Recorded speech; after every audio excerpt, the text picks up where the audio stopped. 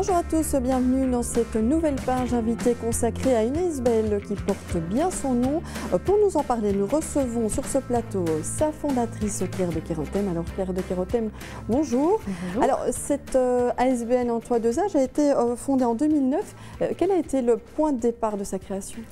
Mais écoutez, comme vous allez peut-être l'entendre, j'ai un accent un petit peu français et c'est vrai que ce concept existe depuis de nombreuses années déjà en France, ainsi que d'autres pays dans le monde, mais ce n'était pas encore développé en Belgique. Donc après une petite étude auprès des universités à Bruxelles, l'ULB, l'UCL, et auprès de certains bourgmestres et de communes, nous nous sommes rendu compte que c'était une bonne solution pour lutter contre deux problèmes, celui de la solitude des personnes âgées et celui du manque de cotes dans les grandes villes. Et donc c'est comme ça qu'a été lancée en 2009 l'ASBL. Voilà, alors elle est présente, votre ASBL, dans plusieurs grandes villes, oui, telles que Mons, Liège, Namur, Bruxelles ou encore Marche-en-Famenne, mais aussi en Brabant-Wallon, depuis un an. Tout à fait, à Louvain-la-Neuve, tout à fait. Et alors pourquoi avoir choisi justement Louvain-la-Neuve ? Eh bien Louvain-la-Neuve, parce que je crois que c'est vraiment un endroit où il y a beaucoup d'étudiants, ça c'est incontestable, et un nombre de personnes âgées de plus en plus important s'y installe. Donc du coup, on s'est dit que c'était peut-être une bonne idée aussi de lancer ce concept dans cette ville. Alors parfois les villes vous contactent ? Oui, tout à fait. Intéressés par ce projet intergénérationnel qu'ils souhaitent développer. On a des nouvelles villes comme Gembloux par exemple, Braine-le-Comte, qui souhaitent aussi développer cette idée dans leur ville. Et donc voilà, ça fait des petits. Voilà, alors quel est l'objectif vraiment, quel est l'objectif de cette association en toit 2 âges ? Alors comme vous l'avez dit, comme le nom l'indique, le but est de mettre deux âges sous le même toit et donc de mettre un étudiant, enfin de loger un étudiant chez une personne âgée dans le but de lutter contre la solitude de cette personne. C'est vrai que de nombreuses personnes sont seules dans leur domicile, ne voient personne pendant parfois même plusieurs jours. Donc ça leur permet d'avoir quelqu'un qui rentre le soir et ça je crois que c'est vraiment important. J'ai une dame qui me disait maintenant j'attends quelqu'un. Et c'est vrai que voilà, c'est une toute simple phrase, mais qui veut dire beaucoup de choses. Ça leur permet aussi de se sentir utile, de se ressentir valorisé en donnant des petites idées, des conseils, etc. Se sentir en sécurité, bien sûr. Elles savent que s'il arrive quoi que ce soit, l'étudiant est là. Et puis c'est aussi un petit complément de revenu qui n'est pas négligeable actuellement pour ces personnes-là. Voilà, alors je pense qu'il existe deux formules, vraiment concrètement, c'est deux formules. Tout à fait, donc il y a une formule qu'on appelle de service économique. Là, l'étudiant verse une participation en charge de 180 € par mois aux seniors et en échange s'engage à rendre quelques petits services tels que faire des courses de temps en temps, fermer les volets, ouvrir les volets. Enfin, c'est très varié et c'est en tout cas du cas par cas en fonction du besoin de la personne. Je crois que c'est ça.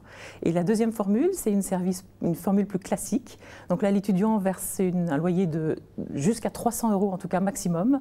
Et à ce moment-là, il n'y a pas vraiment d'engagement de la part d'étudiants, mais une présence régulière, une petite discussion le soir et une présence dans la maison. Voilà, la présence est là. Oui. Il n'y a pas que les seniors aussi, il y a aussi une formule avec les familles. Tout à fait. Alors c'est vrai qu'on est parti pendant 5 ans avec cet échange senior-étudiant, mais on s'est rendu compte, et suite à l'appel de certaines familles, qui nous ont dit, écoutez, moi aussi j'ai des enfants et je serais très intéressée d'avoir ce service que vous proposez aux personnes âgées, pourquoi pas le mettre pour nos enfants, nous aider comme ça.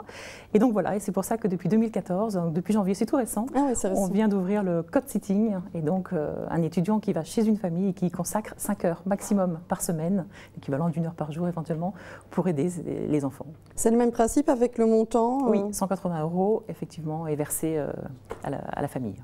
Alors concrètement, donc on parle alors après de binômes, on forme des binômes. Alors je suppose qu'il y a un travail qui est effectué en amont pour former ces binômes. Comment ça se passe ? Tout à fait.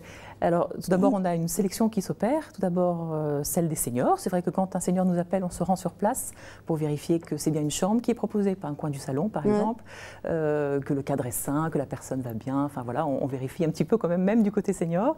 Et quant au côté des étudiants, ils nous appellent et là, il y a ensuite une sélection qui a lieu dans notre bureau pour nous assurer qu'il est bien dans l'esprit intergénérationnel et qu'il est bien partant pour cet échange. Et quand ensuite, nous, à ASBL, on pense que 2 personnes peuvent convenir en fonction de 3 critères, qui est celui géographique, c'est évident qu'on va essayer de mettre un étudiant au plus près de son lieu d'études, un critère d'affinité. On essaie bien sûr aussi d'associer deux personnes qui vont s'entendre au mieux, c'est vrai que c'est autant faire ça. Et enfin, un critère de formule, puisqu'on va essayer de mettre les formules qui correspondent, enfin 2 formules service ou 2 formules voilà, ensemble. Alors, le principe, ça marche bien dans les villes où ça existe déjà. Par exemple, si on prend le cas de Louvain-la-Neuve, est-ce que, donc, après 1 an, on peut faire un petit bilan ? Alors, au bout d'1 an, oui, on a commencé doucement et c'est normal. Quand on commence dans une ville, c'est pas très connu, il faut le temps que ça se fasse connaître. Il y a combien de binômes à Louvain-la-Neuve ? Il y en a 8. L'année dernière, il y en avait 8. Mais je pense que ce chiffre augmentera l'année prochaine, ça c'est certain. Parce que par exemple, par rapport à une autre ville, c'est peu, mais une autre ville, c'est combien? Par exemple, Liège ou Namur? Namur, si on prend Namur, on en a 35. Ouais. Ça a été ouvert il y a aussi 1 an et demi, 2 ans, donc c'est vrai, voilà. Il y en a plus de 120 à Bruxelles, donc c'est sûr que... Mais il faut un petit peu de temps. Je crois que c'est vraiment ça le plus important. Il faut le temps que le projet se fasse connaître, que le bouche à oreille fonctionne. et voilà. C'est mieux bouche à oreille. Alors, justement, cette ASBL, ça permet aussi de remettre de l'humain un petit peu dans nos vies un peu stéréotypées où tout va vite.